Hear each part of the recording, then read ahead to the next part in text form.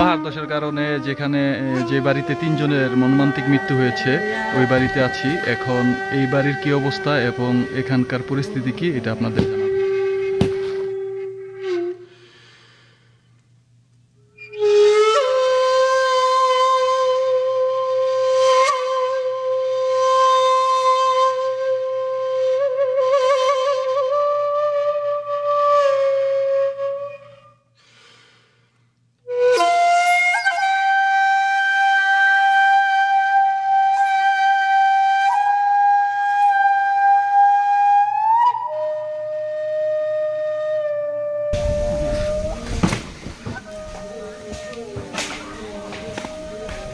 রাত আনুমানিক 2:30টার দিকে আমি ছিলাম ওই বাড়িতে।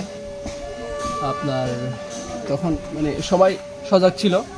10 মিনিটের ব্যবধানে আপনার পাহাড় চলে আসছে।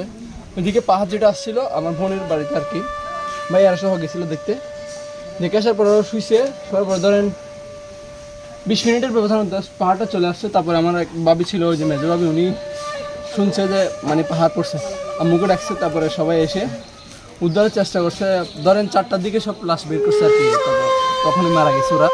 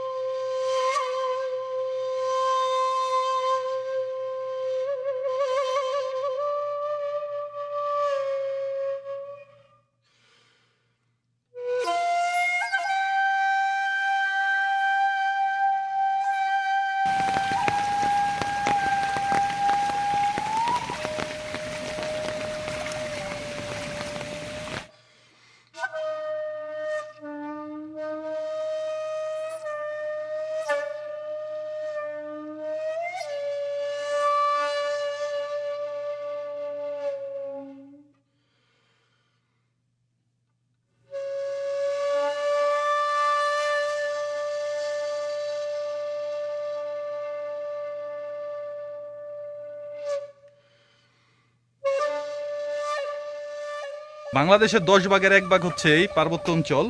তো এই পার্বত্য অঞ্চলে ভারী বৃষ্টির ফলে পাহাড় ধসে ব্যাপক ক্ষয়ক্ষতি হয়েছে। ওই ক্ষয়ক্ষতির চিত্র ধারণ করার জন্য আমরা ঢাকা থেকে বান্দরবন আসি। ভারী বৃষ্টির কারণে যে জানমালের ক্ষয়ক্ষতি হয়েছে তারই বাস্তব প্রতিবেদন করতে এসেছি আমরা বান্দরবন লামাতে।